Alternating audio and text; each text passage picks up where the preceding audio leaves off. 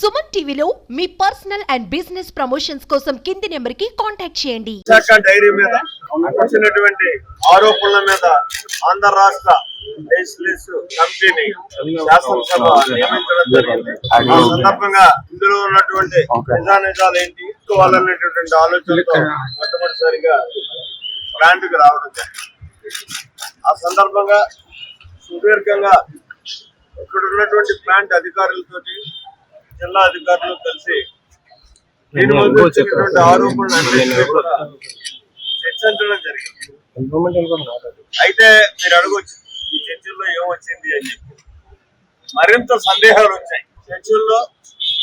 వారు ఇచ్చినటువంటి యాజమాన్యం ఇచ్చినటువంటి సమాధానాలు చూస్తే వచ్చినటువంటి ఆరోపణల కంటే సందేహాలు ఎక్కువ పెరిగినటువంటి పరిస్థితి. ప్రస్తుతానికి ఇంకా ఏం క్లారిటీ రాలేదు. మళ్ళీ భవిష్యత్తులో దీని మీద నిపుణులు కూడా వేసి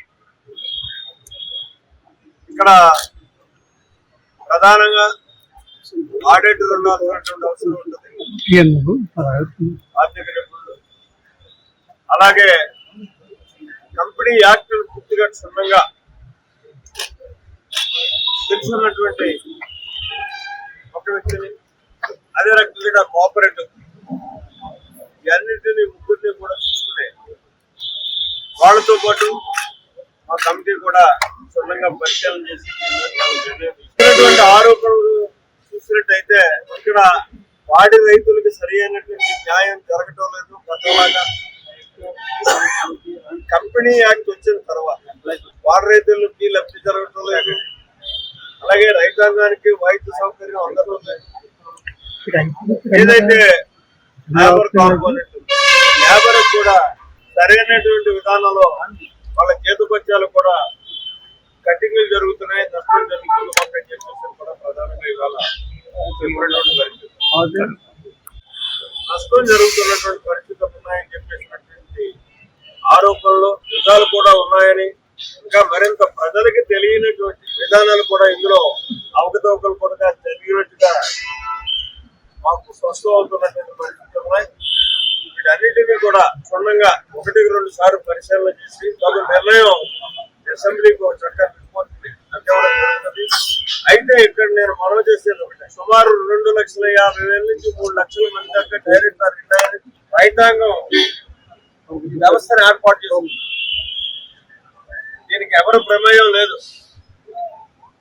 కస్టోడియన్స్ వ్యవస్థకి ఉంటారు, అలాగే కస్టోడియన్స్ ఉన్నారు. ఈ వ్యవస్థ ఈ స్థాయికి వచ్చింది అంటే రైతాంగం యొక్క కష్టఫలితంగా వచ్చినటువంటి వ్యవస్థ ఇది.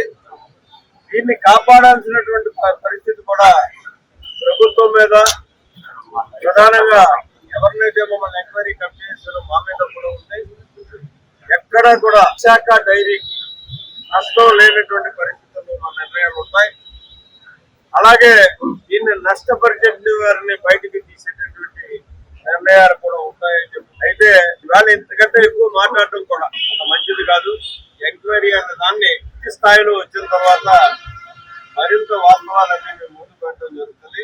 ఎంప్లాయీస్ అలాగే ఈ చుట్టుపక్కల ఉన్నటువంటి ప్రాంత ప్రజలు అసెంబ్లీకి వచ్చి కంప్లైంట్ ఇచ్చినటువంటి నేపథ్యంలో మరి గౌరవ స్పీకర్ అయినటువంటి అయ్యర్ గారు ఇక్కడ ఈ హౌస్ కమిటీ ఫంక్షన్ జరిగింది. ఇచ్చి ఇక్కడికి వారు ఇచ్చినటువంటి ఆదేశాలు, కమిటీకి ఇచ్చినటువంటి ఆదేశాలు ఏంటంటే ఇక్కడ వెళ్ళి ఏదైతే అనుమానాలు ఉన్నాయో, ఏదైతే సందేహాలు ఉన్నాయో ఆ సందేహాలు ఇచ్చినటువంటి కంప్లైంట్ మీద వాటిని తెలుసుకొని రమ్మని చెప్పి జరిగింది. ఇక్కడికి వచ్చిన తర్వాత ఆ సందేహాలు అనుమానాలు ఒకసారి మాట్లాడితే యాజమాన్యంతో అవి ఇంకా ఎక్కువైంది. వాడి రైతు యాజమాన్యంతో మాట్లాడితే నేనేమి డబ్బులు తగ్గించట్లేదు అన్నారు.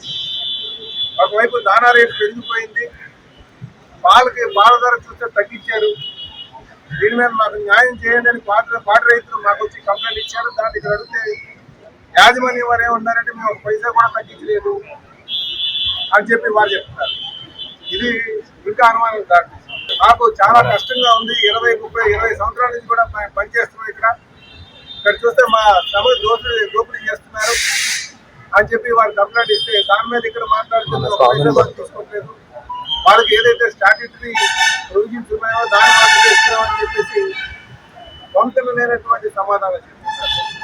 ఇది ఇంకా అనుమానం దారి. అలాగే పర్మనెంట్ ఎంప్లాయీస్కి వచ్చిన తర్వాత ఇక్కడ మీకు అనుమానులు ఎవరైతే వీళ్ళకి అనుకూలంగా ఉన్నటువంటి వారు ఉన్నారో వారికి క్వాలిఫికేషన్ లేకపోయినప్పుడు కూడా సీనియర్ పొజిషన్ ఇచ్చారు. ఎప్పటి నుంచో కష్టపడుతున్నటువంటి వారికి అది వాళ్ళకి వెనకాల పెట్టారు అని అడిగితే అలాంటివి లేదని చెప్తున్నారు. ఇది కూడా ఇంకా ఇంకా అనుమానం కాదు. ఇలాగా అలాగే ఈ చుట్టుపక్కల ప్రాంతంలో పొల్యూషన్ వస్తుంది. అక్కడ నేరుగా ప్లాంట్ లో వచ్చినటువంటి వాటర్ ని వదిలివేస్తున్నారని చెప్పి చుట్టుపక్కల ఉన్నటువంటి గ్రామస్తులను అడిగితే దాని సమాధానం అడిగితే వారు అంటారు మేము ఇక్కడ పైప్ లైన్ వేసి వస్తున్నామని చెప్తారు. వాళ్ళు చూస్తే ఇంకో విధంగా ఉంది. కనుక ఇక్కడికి మాకు ఏవైతే సందేహాలు అనుమానాలతో వచ్చామో అవి నివృత్తి చేసుకోవడం కారణం అది ఇంకా ఎక్కువైనట్టుగా సందేహాలు ఇంకా ఎక్కువైనట్టుగా జరిగింది.